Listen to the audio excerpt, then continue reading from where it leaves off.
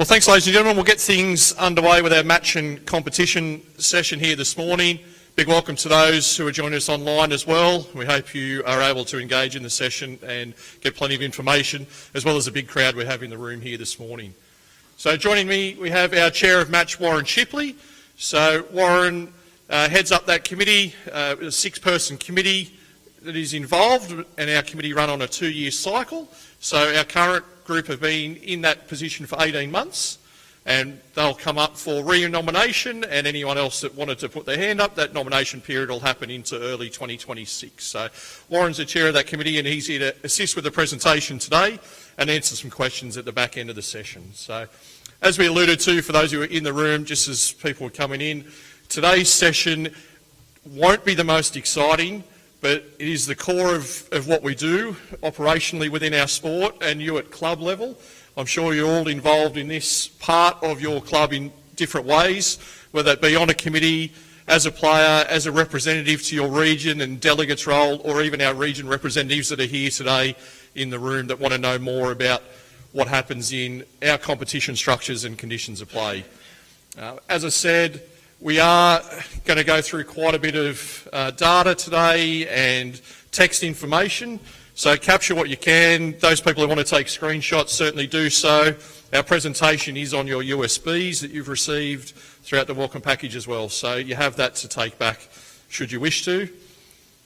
It is important to note throughout this information, and the reason behind providing so much information in this session today, unfortunately, last year prior to state pennant finals, between the State Match Committee and ourselves, we had to contact 3 different clubs who were planning trips to state pennant finals that unfortunately we found to be breaching the rules throughout either sectional play or finals at region level. And we don't want any of those to be you or any other club within our state. So yes, there's a lot of information.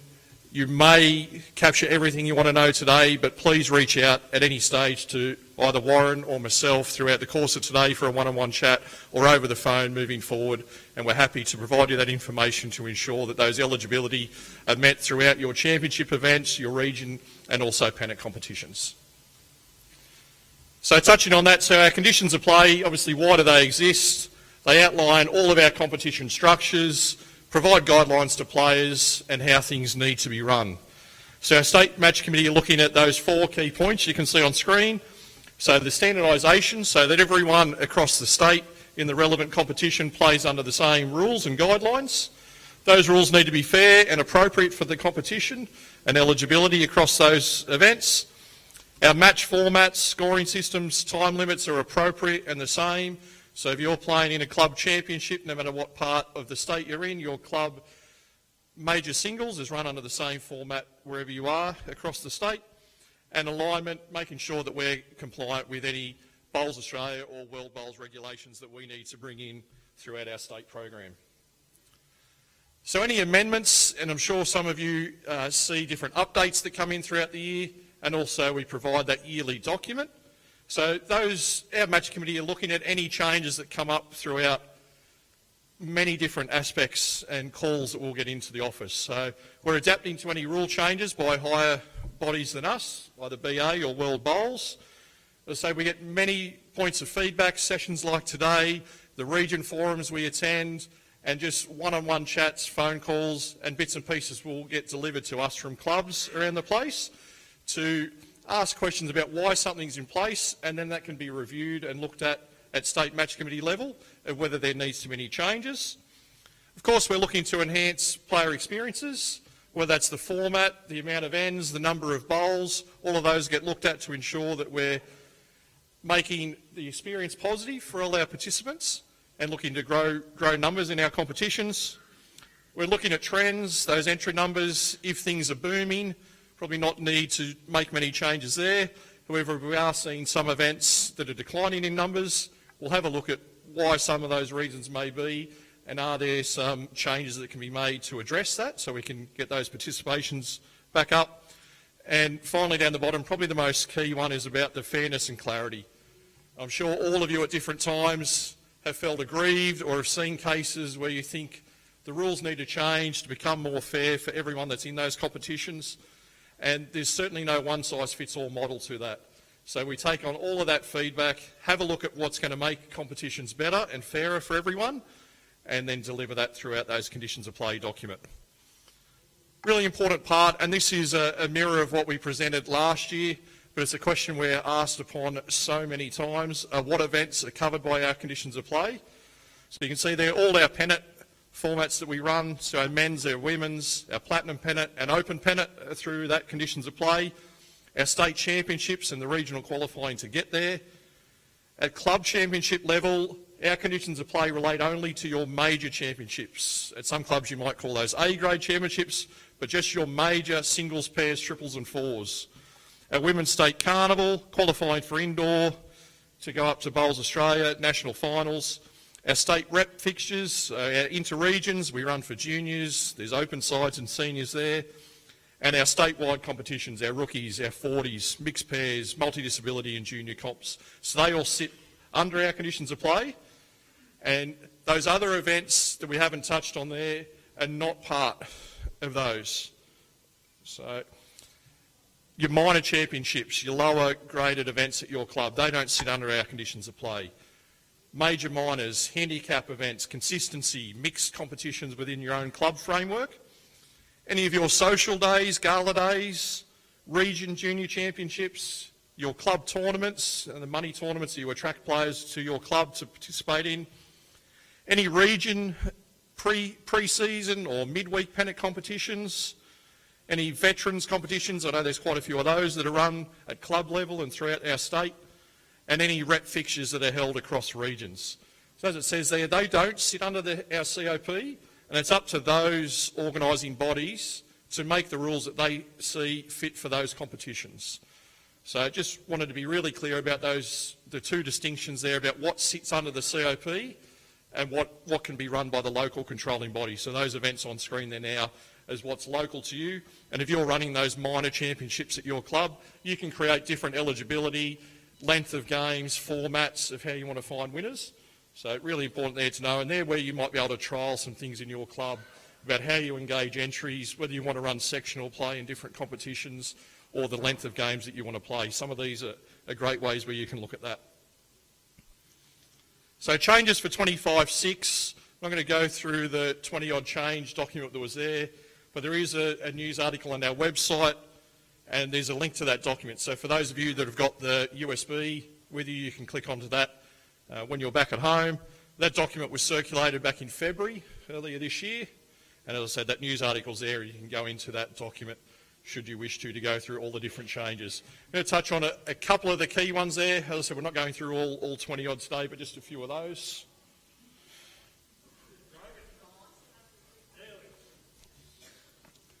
There we go. So our pairs formats have been amended. So we've gone in our club major pairs championship, also a little bit further down in our region championships for men, women, senior men and open reserve. Retain the 2-bowl format, 2 by 2 by 2 by 2, but move to an 18-end game. As we said,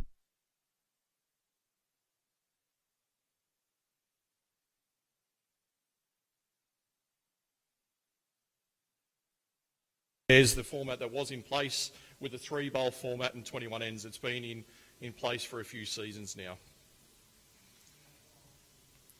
One of the big things we're getting now is the importance of having a wait list for events. Now, this started through our state-run competitions, so those rookies, mixed over 40s, that we get hundreds of entries in over an entry opening period of 4 or 5 months. And unfortunately, people then become unavailable to play, for varying reasons, injury, illness, other commitments. So we've now adopted the policy where we can take entries into an event after the entry nomination date has closed. They can't be automatically added into the draw. They simply sit on a waiting list, and if we receive any withdrawals, we can promote a team from our waiting list to fill that spot in the draw that would then have become a bye. So this can also be done, as I said, it sits in our conditions of play, so those major championships that you run at your club, and also at region championship level, that can be implemented as well, and I encourage you to do so, because I'm sure you've all seen instances of buys and forfeits. No one likes those in competition, so we're trying to eliminate those as much as possible. And that just outlines the requirements and the dates, and where, with where a withdrawal turns into a forfeit within that 24-hour period. So plenty of information there on screen, and you can review that later on as well. Sorry, I should have touched on, at the conclusion, we'll go through, I'm sure there'll be plenty of questions, whether it relates to the items on screen, any specific items within your club, your region that you may have come across, or whether you have any questions at all about why a decision's been made, why don't you do something, where can we improve. Certainly open to some comments and questions later on at the conclusion of the presentation, and Warren and I are happy to answer those for you. One of the other changes was in around our state finals draws, and this will be implemented for the first time at our rookies singles and pairs. We're at Raymond Terrace in late November. So round one, no changes there. It's still the conducted open draw. So in those competitions, you're drawn into sections of 4. No changes, you're automatically assigned opponent in round 1. In round 2, however, we're going to have the 2 winning round 1 players or teams up against each other in round 2. And also the 2 defeated players or teams in round 1 will play each other in round 2. And then obviously in round 3 is the last person or team in your section who you haven't played yet. So this was brought to life in our sectional play competitions, where we have four team sections, and depending on how match results have gone over the first 2 rounds, we're quite often left with a scenario where in sectional play we'll have 2 teams that have won both of their games that are drawn to play each other in the 3rd round. And also that means that there's 2 teams that haven't had a win yet that are drawn each other to play in the 3rd round. And thus, in essence, creating a dead rubber or a dead match that is not going to have any impact on the table. And unfortunately, our host events at state finals, our clubs, our sponsors are putting in substantial investment to host these events and bring people to their clubs. And we want to make sure that every match that is held at a state finals will have meaning to it.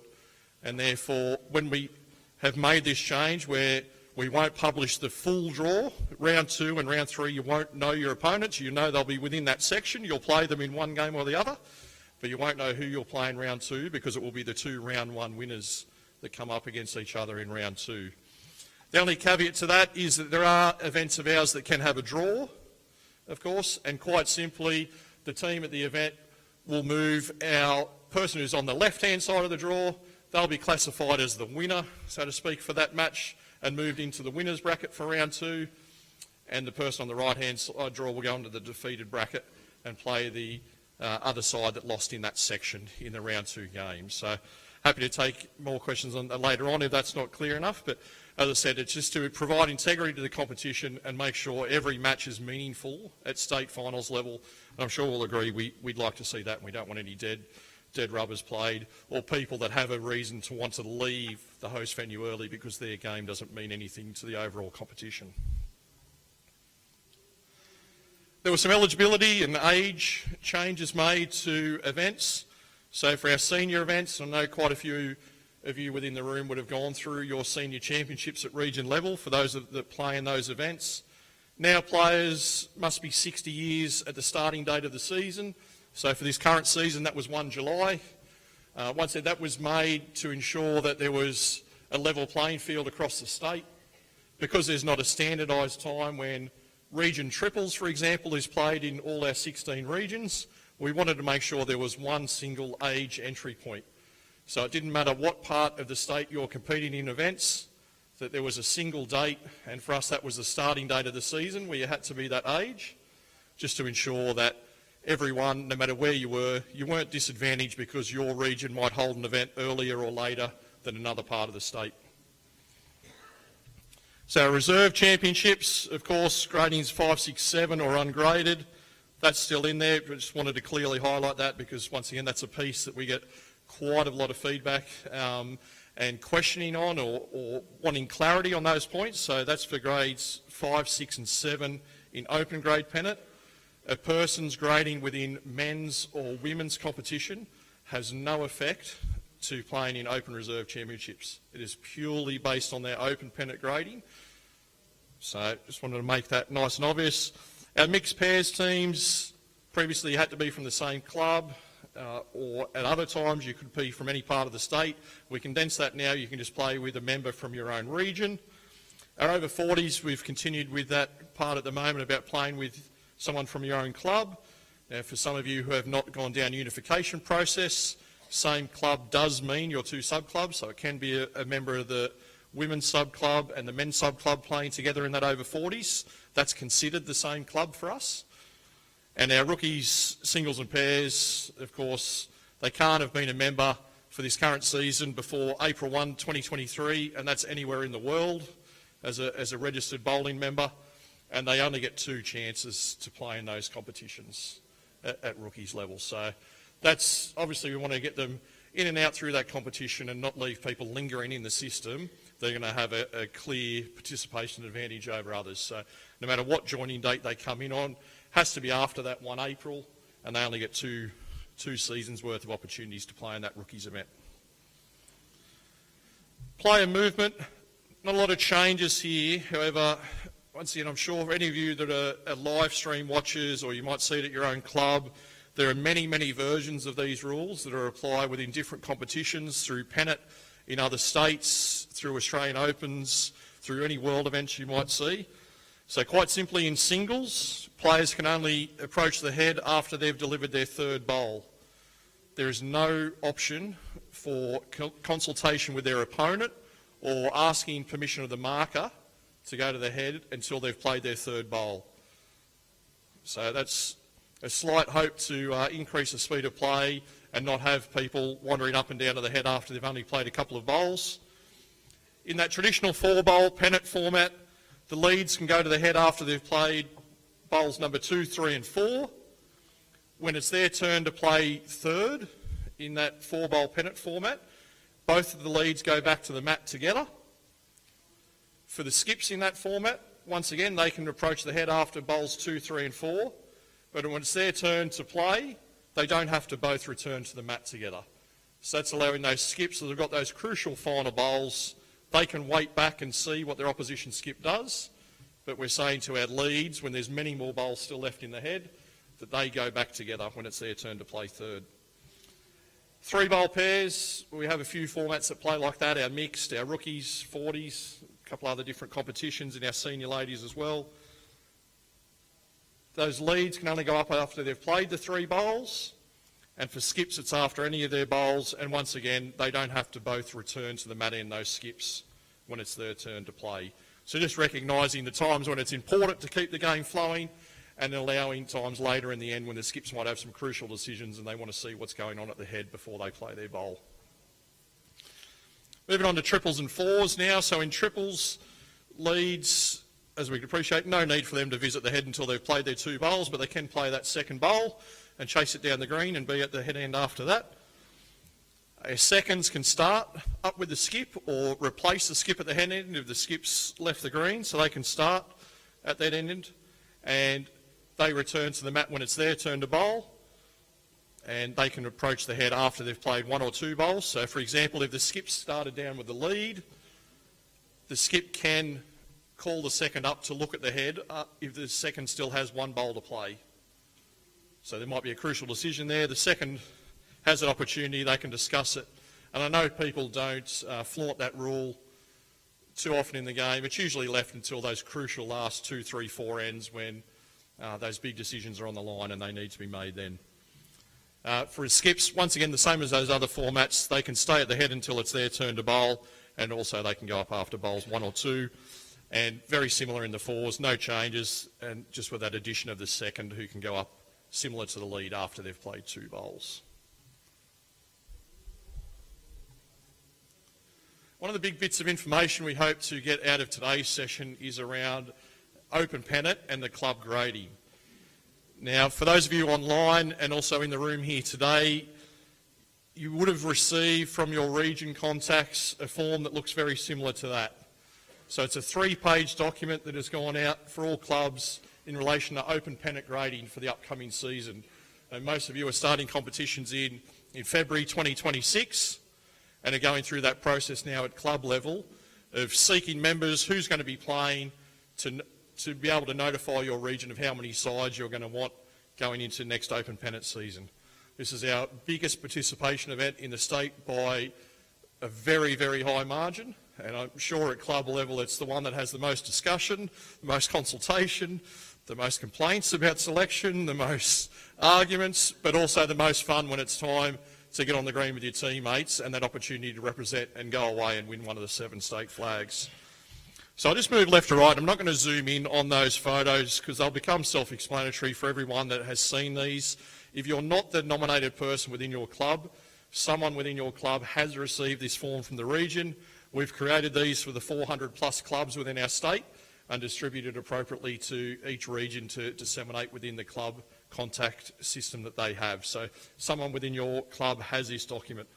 So the left-hand side there on page number 1, the top half of the page with all the text in it is quite simply just cut out of the conditions of play. What you can and can't do, what expectations are in terms of winners of grades moving up, and the opportunity for teams that have run last in section or region to be regressed back, and also the possibility that section winners that didn't go on to win the region flag, they also may be elevated. So that's just that text piece. They're all just cut out of the conditions of play. The bottom half of that page, first of all, contains all the results of your club's teams from the 24-25 season. So this club on screen, I know it's in small text there, but this is Wagga Rules. They had 5 sides participate, so we've just simply listed all 5 sides, how many matches they played, how many games they won, how many games they lost, what their for and against was, how many points they scored, where they finished within their section in that grade, and where they finished within their whole region in that grade. So just providing clear and obvious information for when it comes back to region and state match committee to determine grades for next year. They've got all that information on a piece of paper in front of them to help with that decision-making process, rather than having to go back through and look at all the results. And we acknowledge that our region match committees are largely volunteer-based, so we've decided at state level to do the work with our paid staff to be able to provide this information for clubs and regions to utilise, so to make it easier for our volunteer administrators when they get that back, so they've got all that information in front of them to save them having to do that searching or remembering of where teams finished last year. So we've all heard clubs that might have claimed to have finished in a certain spot on the ladder, but they don't quite remember in the history of time where they actually finished. So this has got all their information, as I said, where they finished in each section and across the region. And then the very bottom part of that is just a table indicating what grades they've been proposed to be allocated. And it is quite simply just the exact same grades as they had last season, but any team that won grades 2 to 7 at region level, they've been moved up 1 grade. That is the only change. There's been no regressions made on this, and that is simply because the conditions of play don't allow us to make automatic regressions. They only allow us to automatically elevate those winning teams, and then there's subjectivity to who may then also be moved up in grade or regress down in grade.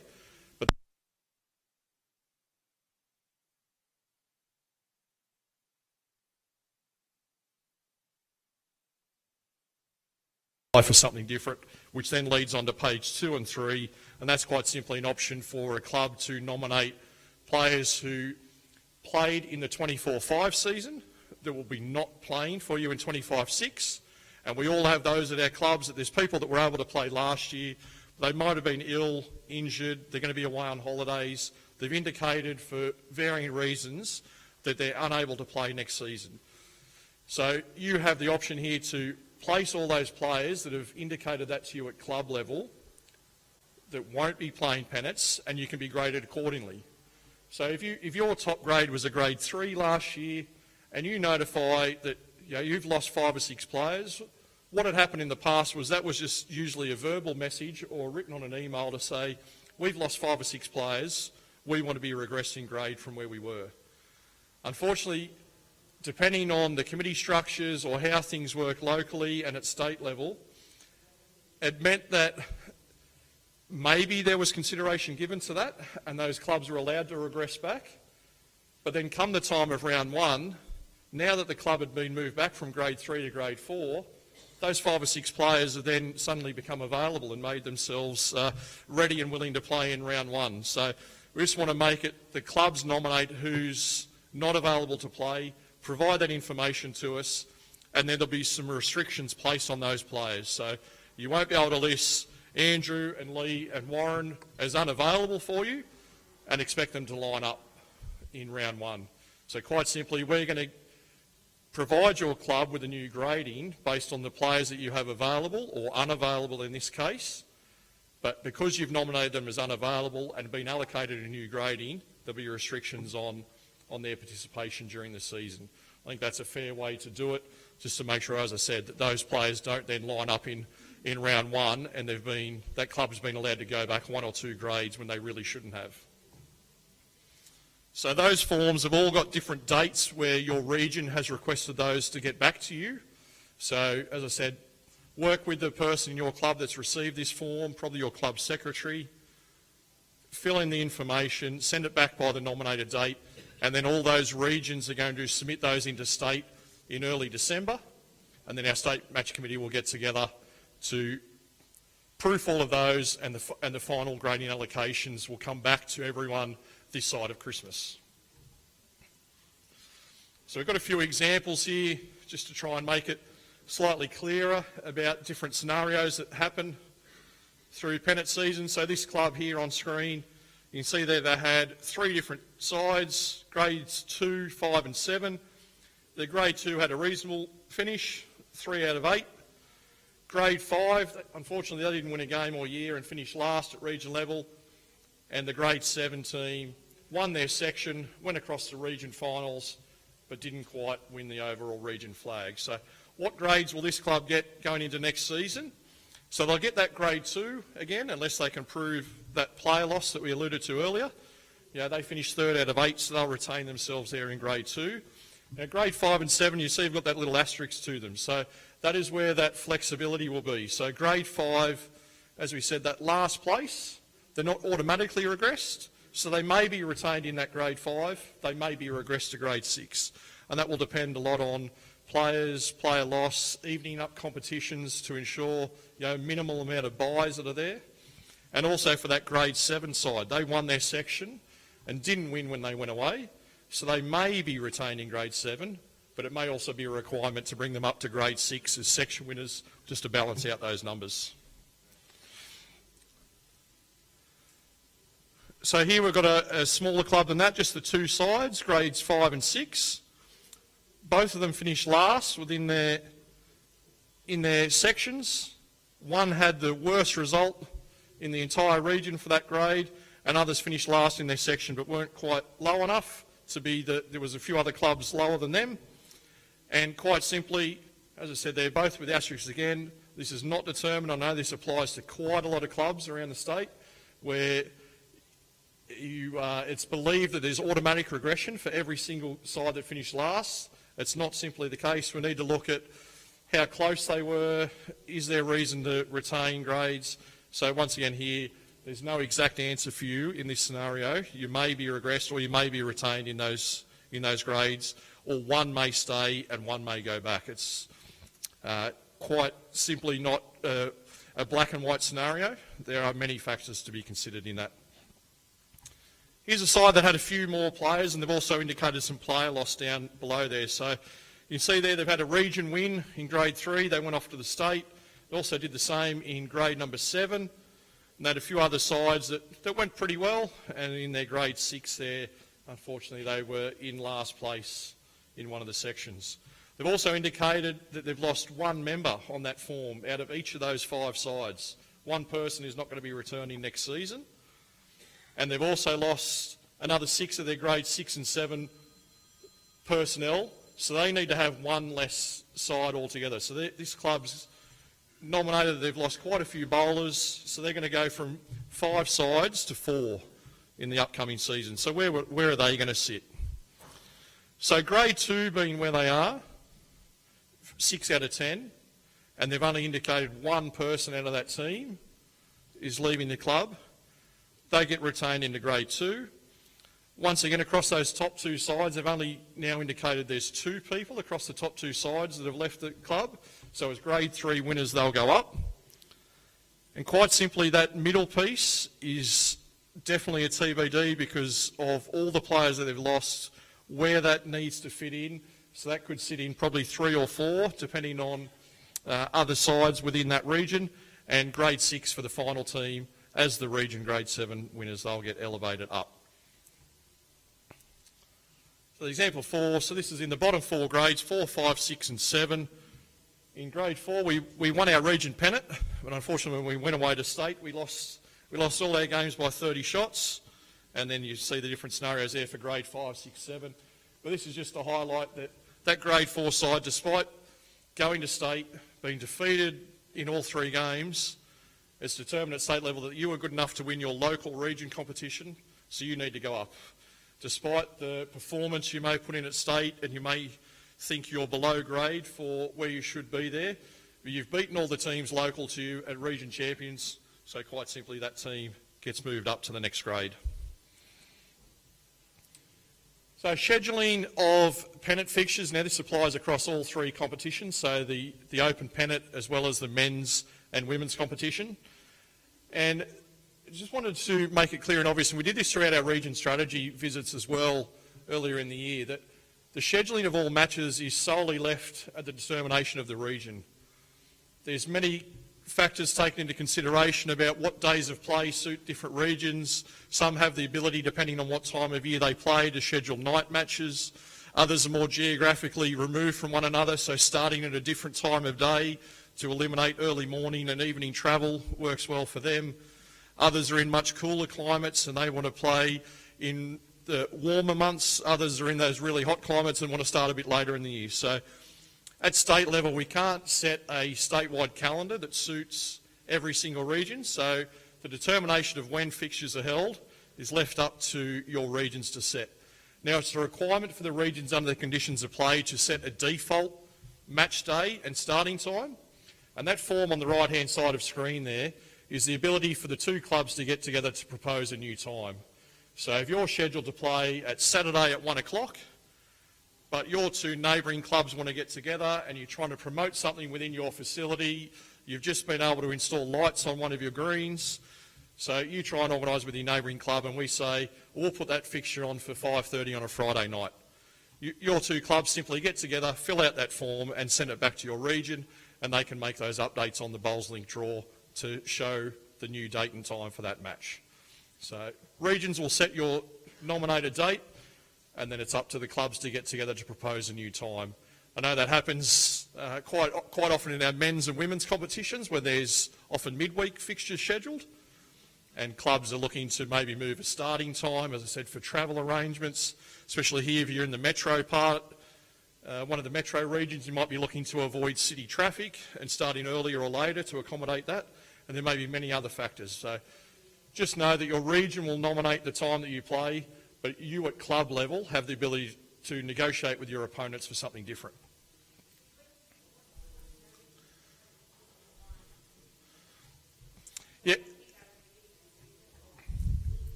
Yeah, week to week if needed. Yeah, there's no set time on that. You can make that arrangement. There may be conditions that come up that lead you to make a decision on the fly. You might be trying to get 2 games in because you've lost rounds earlier on in the year. So yeah, no requirement on when those need to come in, but just fill out the form between your 2 clubs and ensure your region match committees have it so they can update all the details on Bowls Link, and everyone knows, people will see it, and all your members and all the opposition club members will know when those games are on.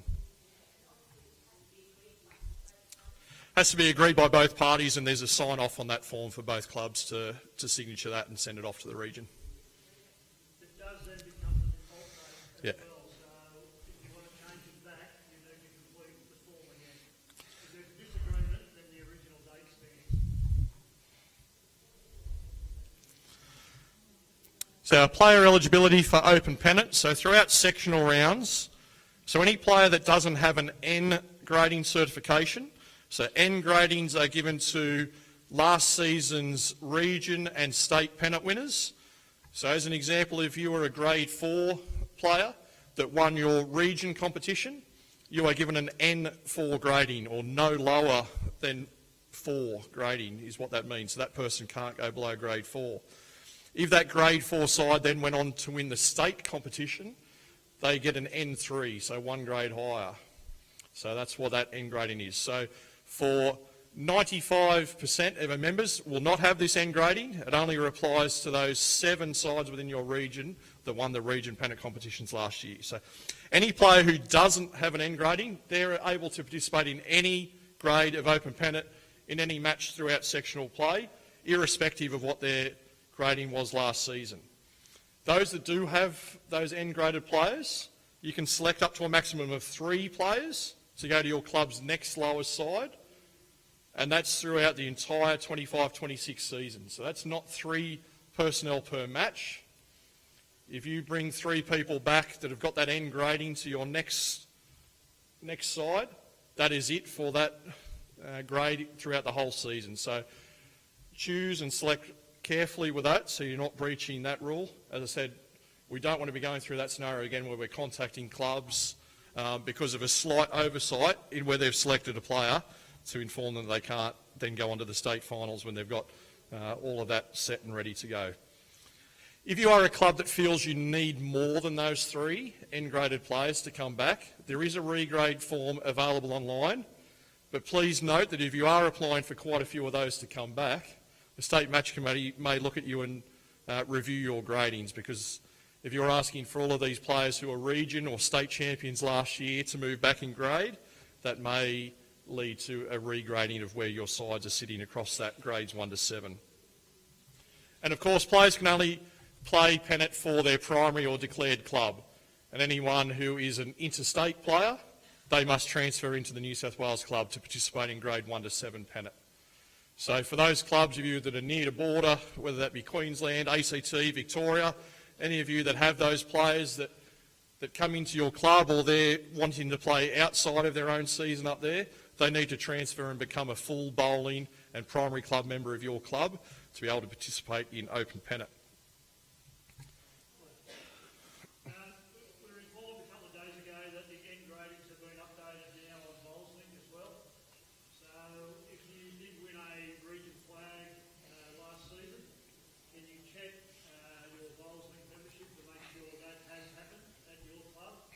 And you should be able to see that on your members list now, where the players' gradings are listed. It should have the end as a reference on the front page of the members list, so you don't have to dive into the certifications. It should be on that front page.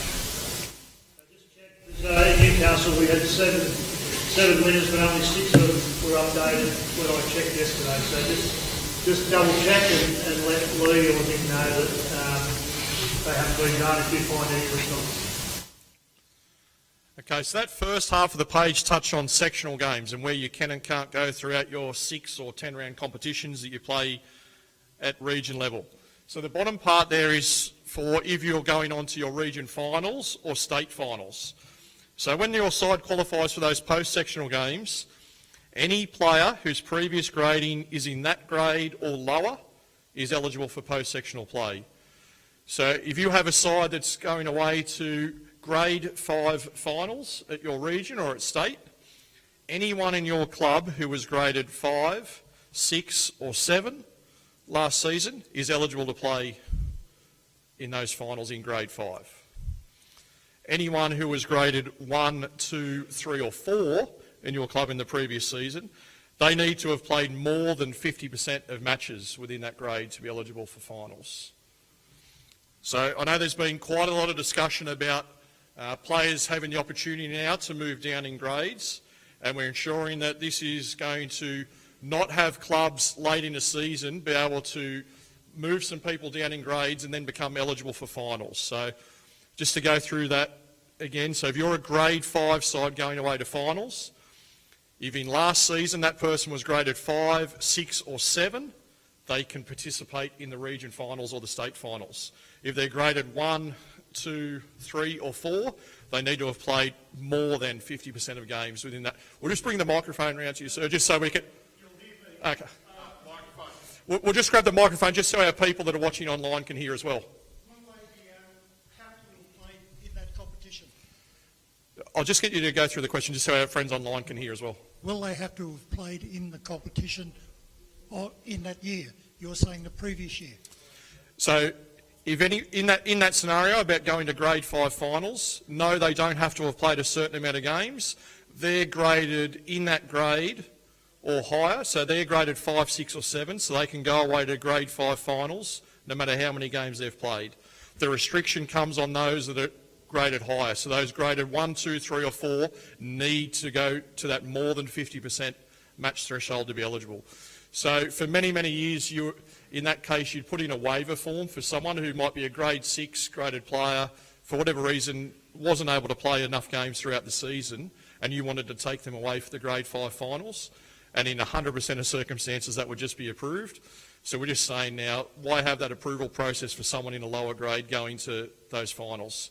But you need to meet that threshold if you're a higher grade player moving back in the grades. So Bowls Link grading, as Warren alluded to a moment ago, they've all now been updated on the database. So whether you're an N grade player or not, those gradings should now be done. We do have about 17,500 to 18,000 open pennant participants every season, and we know we won't get 100% of changes correct. So within your club system, if you do see someone that you feel is incorrectly graded, please notify us at state. We can do some research and double check, because once again, at region administration level, they're only going to go on what the information is on the system and potentially find you in breach of the conditions of play, where it might be just a clerical error where something's out. So save that appeal process, have a look before your season. If you do spot any errors or there's something out of whack, as I said, please get in contact with us so we can have a look and make any updates as required. I'm just going to bring that microphone around to you. I'm not clear on the women's gradings. Can you go through them for me, please?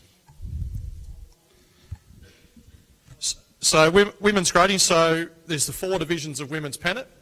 Once again, a season grading is recorded on your profile of where you've played the most amount of games, so either women's division 1, 2, 3 or 4. In women's pennant, those players are permitted to play in any sectional match throughout the season, but once again, there's a threshold for anyone who's a higher grade player going down in the grades to be able to play any finals matches. They need to meet that match threshold to ensure that people aren't coming down late in the season when their higher grades may be out of contention to be able to play finals. So a very similar process to what we've just gone through with the Open, where you retain a grading season to season and there's different eligibility for finals based on where you are in the gradings. I think it's 50% for the women. You have to play 50% if you're graded higher.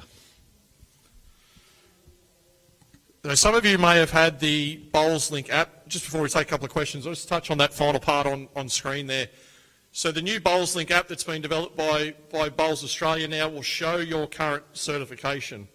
So you can easily find those, or you could ask your members to even look up online themselves, or for some of you that might play in women's or men's graded tournaments that I know happen at different parts of the state, you can easily show that competition organiser what your grade is. So this person, you can see that we've taken on screen, they have an open pennant grading of grade 1, but based on their performance, they must have been a region winner in grade 1 because they've got that N1 notation, and that's what that will look like for anyone that's looking that up in the app. We had a question down the front. Yes, just about the interstate players. Could you just explain, I think you said if they come and join a full member, they can play, or is there no interstate players allowed? So simply, there's no interstate players allowed. Anyone that wants to play pennant in New South Wales, whether that men's pennant, women's pennant or grade 1 to 7 open pennant, they have to be full declared primary members of that club before they play in any game. But if they move during the season to come into New South Wales and they can play the last few rounds, that's fine, but they need to be a primary member of a New South Wales club that they're playing for. Yeah, there's no date. You can join, a player could come from interstate, play pennants here as a member of Soldiers Point, and then once pennant season's finished, they could transfer back to their other club as long as they've transferred to Soldiers Point and been a full bowling member. Yep. So just further that... No, any time during the season. So further that, we have one competition only that permits interstate players, and that's where our top 12 clubs in Platinum Pennant make that investment to bring in marquee players, and like some of our players that go and play interstate in different pennant competitions, that is the only opportunity, and that is the best of the best in that platinum pennant competition. Where we have our more club-focused players in men's pennant, in women's pennant, and grade 1 to 7 open pennant, they have to be members of that club. We don't want interstate players coming in to those competitions. Their avenue for interstate players to come in and play in a New South Wales competition is to be part of those 12 clubs that are in platinum pennant. Otherwise, we want New South Wales players to be playing in New South Wales pennant competitions. And platinum pennant is the only competition where you have to be a bowling member of that club by a certain date, which is the 29th of January. So you have to be a full bowling member of that club. That's the only grade. So our women's pennant, to the question that was before, we won't go through this in detail, but as I said, all this document is available to you on your USB that you can take away today.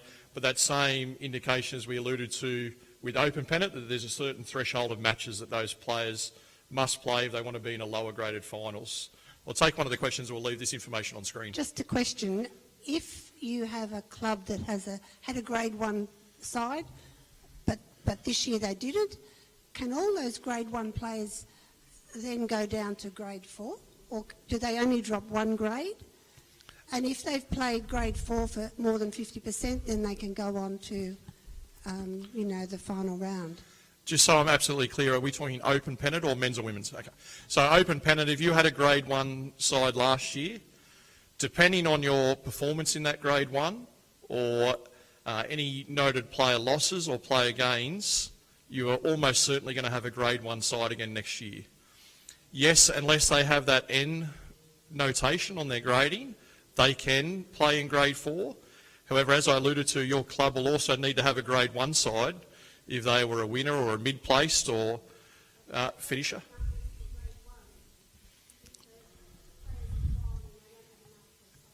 Yeah, and that's where they fill in that form that we noted earlier, so they can say that we've lost these 9 or 10 players that were in our grade 1 side are no longer with us, or they've indicated, even though they are still members of our club, that they can't play pennant next year for whatever reason.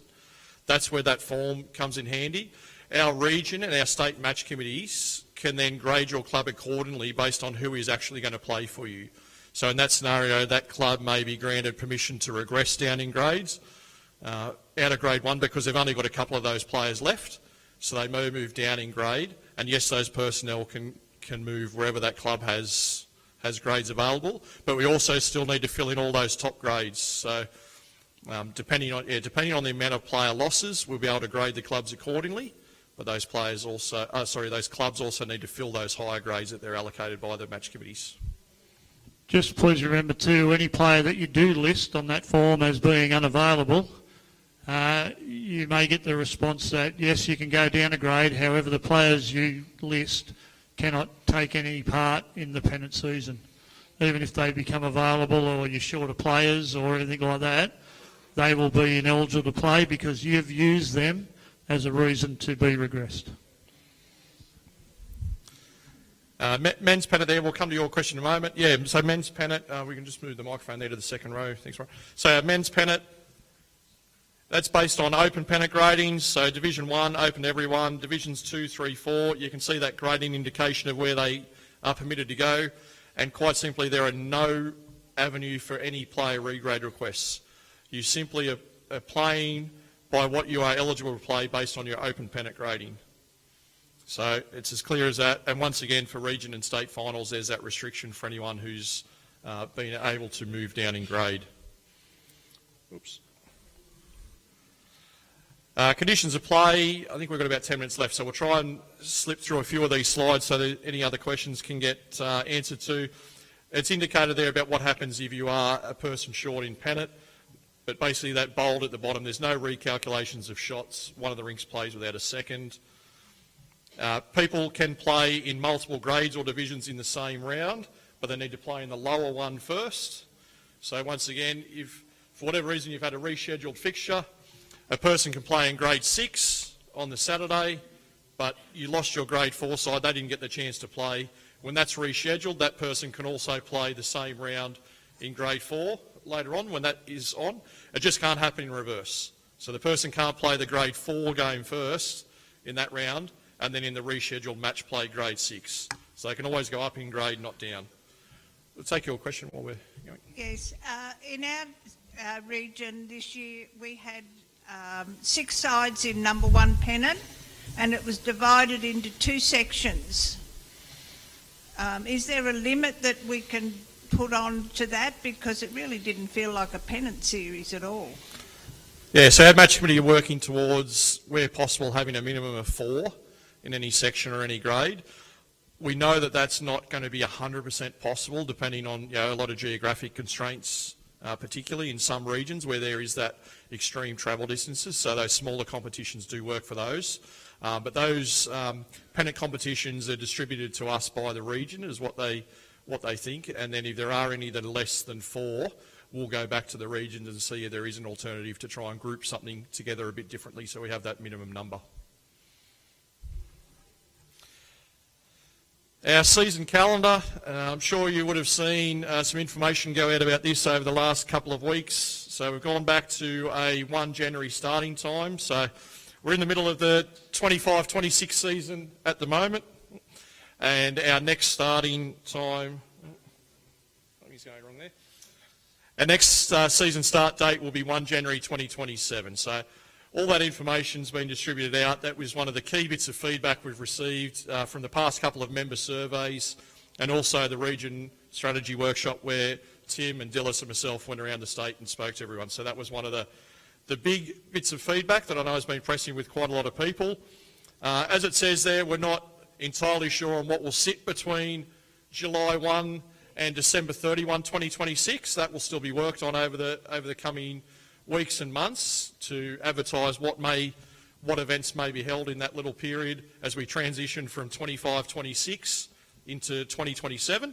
So more information will come out on that shortly. But we wanted to get that message out a couple of weeks ago as soon as the decision was made about that starting date. Dates of the Open Pennant Finals.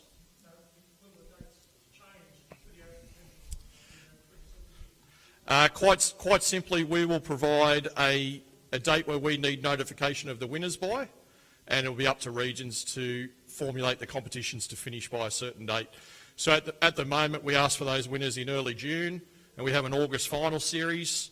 I can't tell you exactly what those dates are going to be for 27, but let's assume it's something similar, that we'll ask regions to provide us the winners by a certain date, and what time of year prior to that the regions run it. It's up to them of how many rounds they need in finals. We don't determine those dates at local level.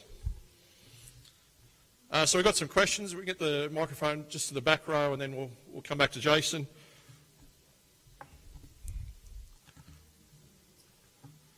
Thanks for the questions throughout as well, ladies and gents. It's been good to engage at the time.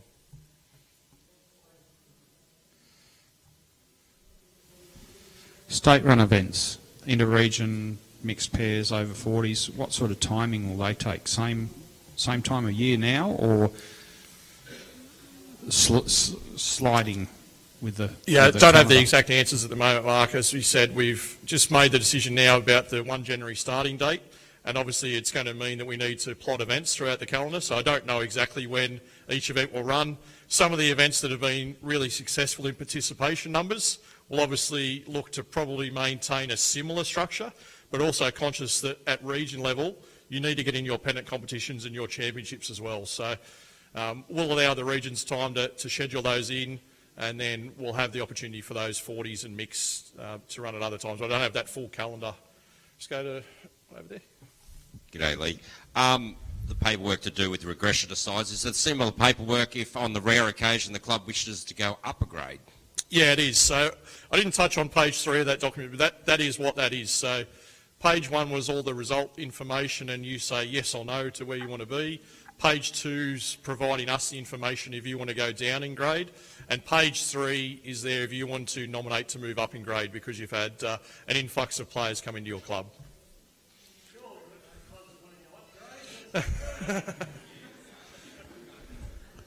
And just one other thing, Lee, you're talking about the withdrawal list for late entries. Are they only to be used when there is a withdrawal, or can they be used where there's a scheduled buy in the original draw? So a late entry, can it be used for a scheduled buy, or do you have to have a withdrawal then to use the late entry? Withdrawal. So it's not allowing players or teams to to see a draw advertised and then asked to go into a place, they need to then replace someone who's coming out of the event. I think I got another one just on this side here. Sorry, we'll get the microphone around to you so our viewers online can hear as well. With the seniors and the over 40s, now that we've moved back to a calendar year, will that date of eligibility of age change from the 1st of July to the 1st of January? Highly likely, but that decision hasn't been made. But Okay. at this season seems to have worked reasonably well with having that age eligibility on day one of the season. So that's probably where I sit with that at the moment. But yeah, that decision hasn't been finalised, but it seems to have worked well for this current season. So what are we doing after August 26th? Thanks, Bartley. As we mentioned earlier and as we advertised in our news article, we don't have that information at the moment about what that will be. We knew that decision was a burning topic for the high majority of our members across the state. So we wanted to advertise that notification as soon as possible. Our State Match Committee and the staff at Bowls New South Wales have looked at a few different models of what calendars might look like throughout that period at the end of 26 and also through 2027. So some of those were presented to our board when that decision was made for their review. So we've got quite a few models that we can work with. But it's certainly, and I can put everyone at ease if anyone's thinking it, we will not be trying to rush through a whole 12 months full of event schedule within that small period. There might only be a small amount of events and also allowing clubs the opportunity to run some competitions. And for anyone who's been involved in our initiative sessions today, hopefully there's some things that can be put in place in that part of the calendar as well to help drive some people into your local venues as well. Oh, thank you, Lee. You answered for us. Thank you. Perfect. If there's no further questions, we thank everyone for attending today's session. Warren and myself will be... Warren and myself will hang around for a few minutes as well, so if you weren't confident in getting up and speaking, you come and ask us. I think we're now breaking for lunch, so go back out to where you had morning tea, grab a bite to eat, and we look forward